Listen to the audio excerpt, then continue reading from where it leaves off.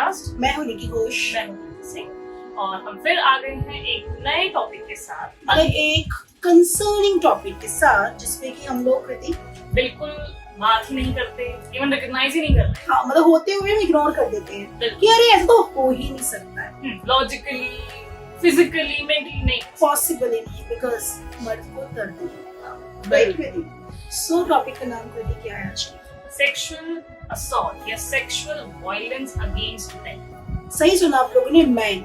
इस बार हम वुमेन की बात नहीं कर रहे, बिकॉज ये वुमेन के साथ तो होता है, जग जाहिर है, सबको पता ही है, हम उसमें बहुत बातें करते हैं, मीडिया कवरेजेस भी होती है, रेलिंग होती है, एंड वी आर होपिंग कि इसके वुमेन्स को प्रोटेक्ट करने के लॉ हमारी जो एडमिनिस्ट्रेशन है वो कुछ ना कुछ अच्छा फैसला जरूर लेगी, राइट? पर आज हम बात करने वाले मैन के खिलाफ जो सेक्सुअल असॉल्ट होता है या वायलेंसेस होते हैं, जिस पर इतनी बात नहीं करती, मीडिया कवरेज नहीं करती। मतलब है ना के बराबर ही है, तो देखा जाए तो कोई किसी को पता ही नहीं होगा। हाँ, गिने चुने हमें पता होंगे कुछ ऐसे केसेस जिसमें शायद सेक्सुअल असॉल्ट या जबरदस्ती किसी के साथ कोई सेक्सुअल वायलेंस हुआ हो, किसी आदमी के साथ या किसी बच्चे के साथ, तो ऑब्वियसली बहुत कंसर्निंग है। कंसर्निंग तो है सब, इसके लिए इंडिया में कोई लॉ नहीं है। मतलब हम अगर बात करें रेप लॉ जो कहती है सेक्शन 375, उसमें यही होता है, एक वुमेन जो होती है वो विक्टिम होती है। 99% केस में करेक्ट है, मैं मना नहीं करूंगी, नहीं होती, बट जो 1% मैंने छोड़ा ना, उसमें एक मैन भी विक्टिम हो सकता है, बिकॉज ऐसे भी लोग होते हैं जिनको फोर्सफुली चीजें करवाया जाता है, पेनिट्रेशन करवाया जाता है। बिल्कुल राइट। अभी हाल ही में एक केस नहीं आया था जिसके अंदर एक टीचर ने अपने ही स्टूडेंट को एक्यूज किया है रेप के। 19 इयर्स के स्टूडेंट को, I guess if I am not wrong, is UP का, सॉरी एमपी का केस है। एमपी का केस है ये। ऑब्वियसली बात है, दोनों टीचर और स्टूडेंट के बीच में एक सेक्सुअल रिलेशनशिप था, लेकिन टीचर ने कहा है कि वो रेप है, जबकि वो कंसेंशुअल था वुमेन से।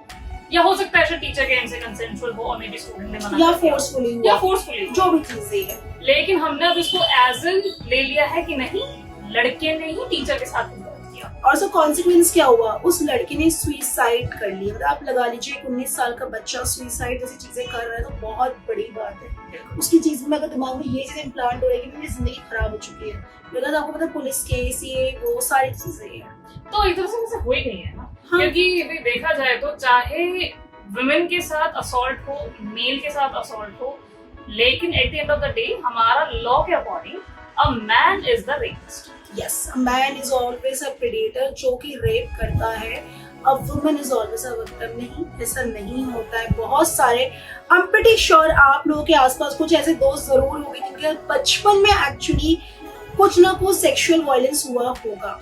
जैसे एक रेफरेंस के बताना चाहूंगी, हमारे कुछ कॉमन फ्रेंड है, उसने मुझे शेयर किया था, जब he was a child, he was residing somewhere, I wouldn't take his name and his place anything, right?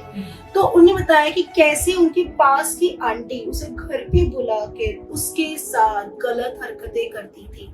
उस टाइम पर उस बच्चे को समझ नहीं आई, राइट? जब वो बच्चा बड़ा हुआ तब उसको समझ आया कि यस, मेरे साथ ये चीजें गलत हुई है। बिल्कुल, क्योंकि भाई नहीं पता चलता कि एग्जैक्टली क्या हो रहा है और क्यों हो रहा है।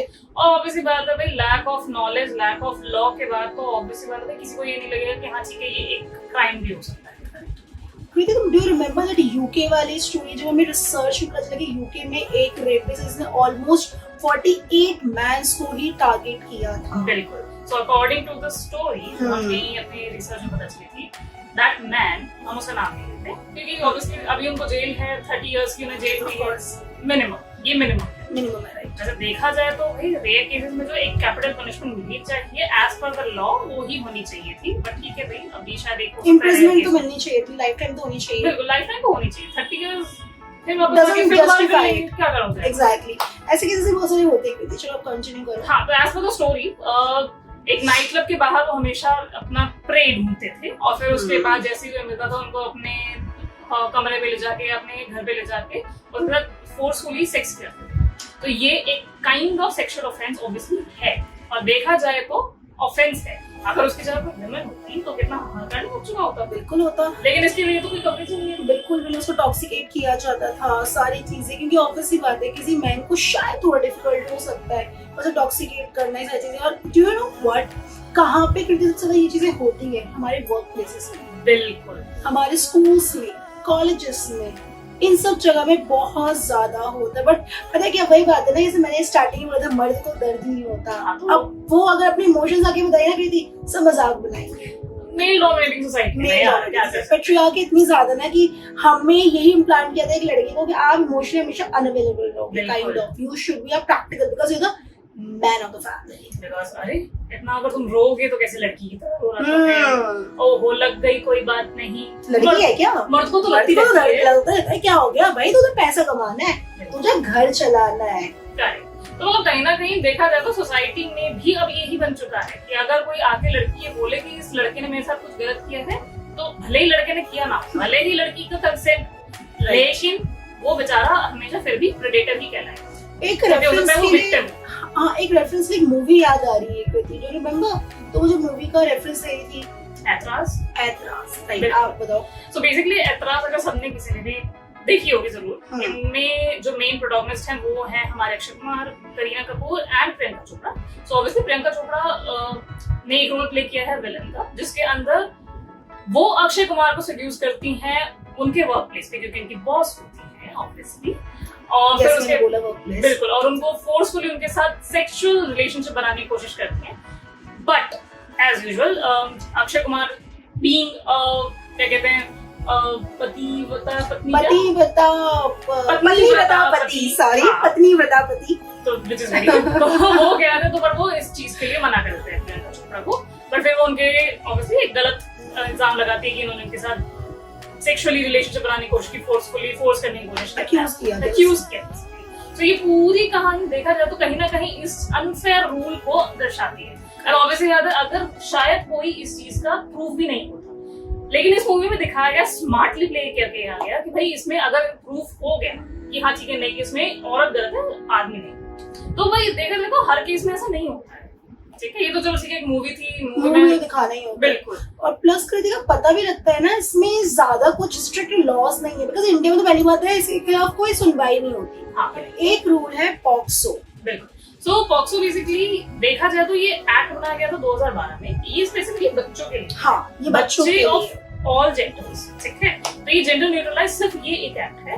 मतलब what we are trying to convey here कि जैसे स्ट्रिक्ट लॉज होने चाहिए, जैसे हम एक वुमेन के लिए स्टैंड लेते हैं, आज के टाइम पे कैंडल मार्च चलती है, बट जहाँ पे एक मैन की बात आती है ना, मैन अगर विक्टिम होते हैं इन सब चीजों का, वहाँ पे हम ना वो कैंडल मार्च करते हैं। और सबसे बड़ी बात है, मीडिया में बात ही नहीं होती। बिल्कुल। इवन अगर हम अपने लॉज की भी बात करें, सेक्शन 375A हो गया, B, C, D, सेक्शन 377 हो गया, ये जितने भी लॉज बने हुए हैं इंडियन पीनल कोड में, उसमें हमेशा उनकी जो डेफिनेशन है ना, उसमें यही लिखा गया है, a man is considered to be as a predator, rapist, मतलब ऐसे ही टर्म्स होते हैं। ऐसा कहीं नहीं होता कि एक मैन विक्टिम भी हो सकता है। बट वी आर ग्लैड कि बहुत सारी ऐसी फॉरेन कंट्रीज हैं जो इसको रिकॉग्नाइज करती है, उन्हें जेंडर न्यूट्रल लॉज बना रखे हैं, जिसमें से यूएस हो गया, कनाडा हो गया, followed by other European countries. European countries में वैसे होना तो ये बहुत सही, मतलब हम कहीं ना कहीं देखो देखा जाए तो वेस्ट को बहुत अपना रहे हैं, लेकिन हम वेस्ट के ये वाले लॉज को नहीं, हम लॉज नहीं अपनाते, हम वेस्टर्न कल्चर जरूर कर लेते हैं, अडॉप्ट कर लेते हैं कि भाई वुमेन इक्वालिटी, लेकिन वुमेन इक्वालिटी के साथ मेल इक्वालिटी लॉज में तो भी होनी चाहिए ना यार। वुमेन इक्वालिटी चलो अच्छी बात है, वुमेन इक्वालिटी हमारे इंडिया में बहुत जरूरी है, we totally agree with it, right. Because अभी हमने बोला कि मेल डोमिनेटिंग कंट्री है, वहां पे अब भी गांव में ये चीज होती है कि भाई एक आदमी है घर का, वही कमाएगा, एक औरत है वो घर पे रहेगी, काउंट की शादी होती है। बट उसके साथ ना वुमेन भी कहीं ना कृति गलत अपने राइट से गलत फायदा उठाती है। बिल्कुल, कितने ऐसे केसेस हमने सुने हैं जहाँ पे होता है कि भाई एक लड़का गलत नहीं होता, फिर बेचारे को सजा मिल जाती है। हम लोग लाइफ में भी देखते हैं, मेट्रोज में देख लो, बिल्कुल होता है भाई। ऑब्वियसली बात है, देखा जाए तो वुमेन का एक वुमेन कोच अलग से बना रखा है, उसमें अगर कोई मेल चढ़ जाए तो भाई कितनी मुसीबत है।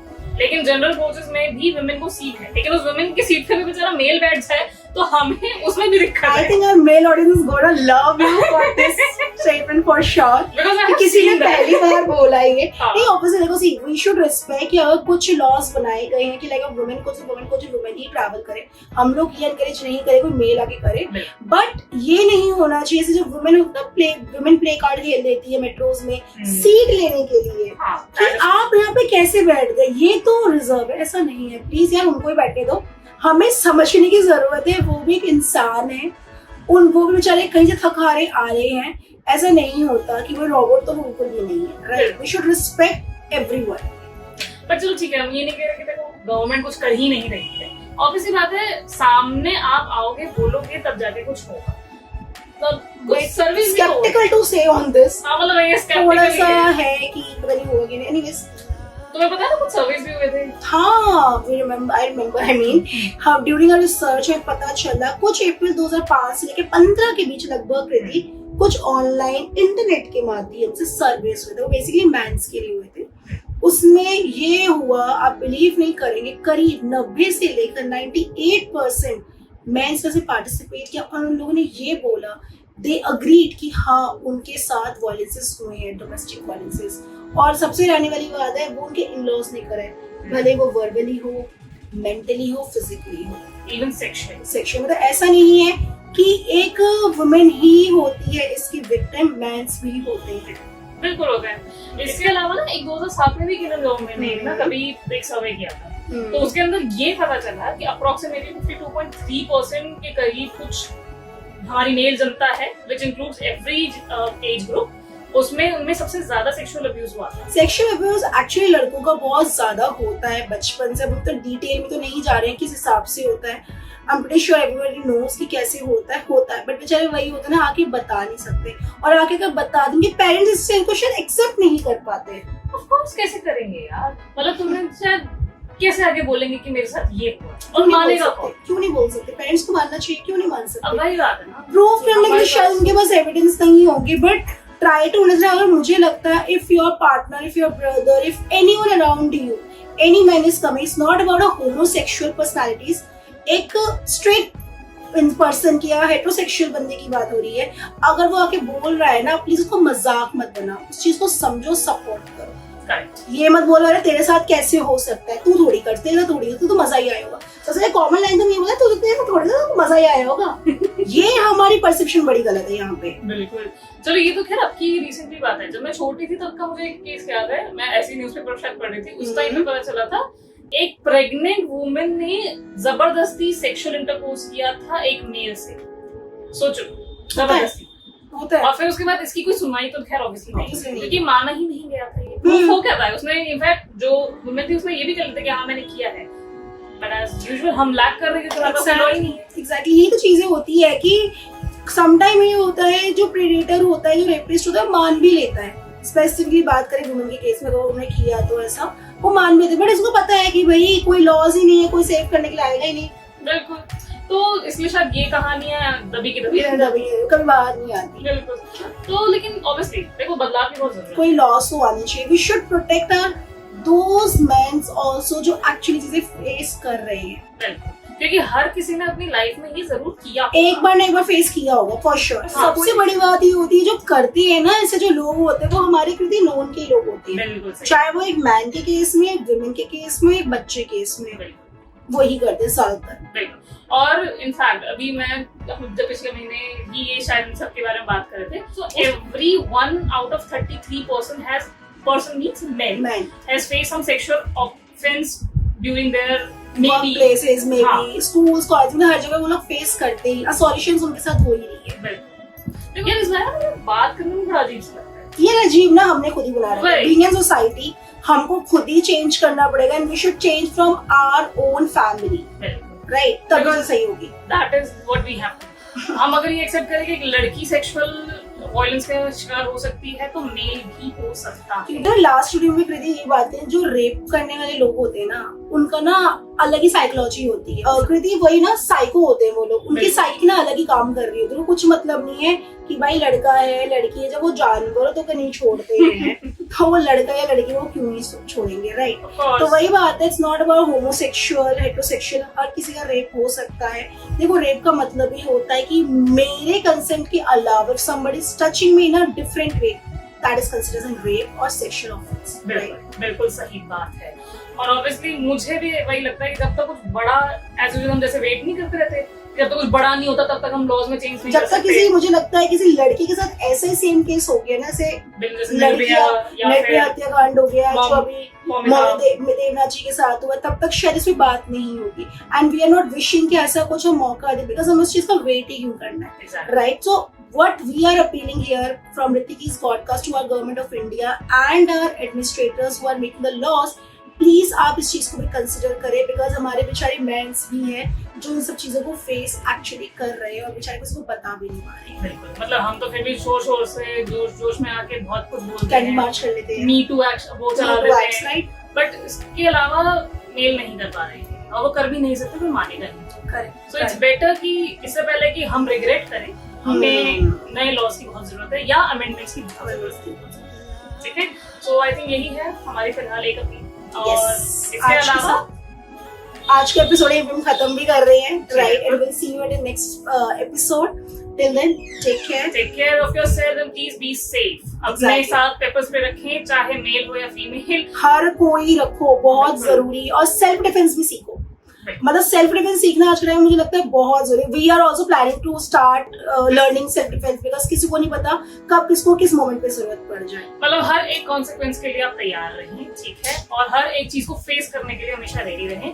आज के टाइम में ना लड़का सेफ है, ना लड़की, ना जानवर, ना जानवर, ठीक है, कोई सेफ नहीं है। सो अब हम आपसे विदा लेते हैं और थैंक यू सो मच हमारी इस वीडियो को लाइक करो, शेयर करो एंड सब्सक्राइब करो, एंड थैंक यू।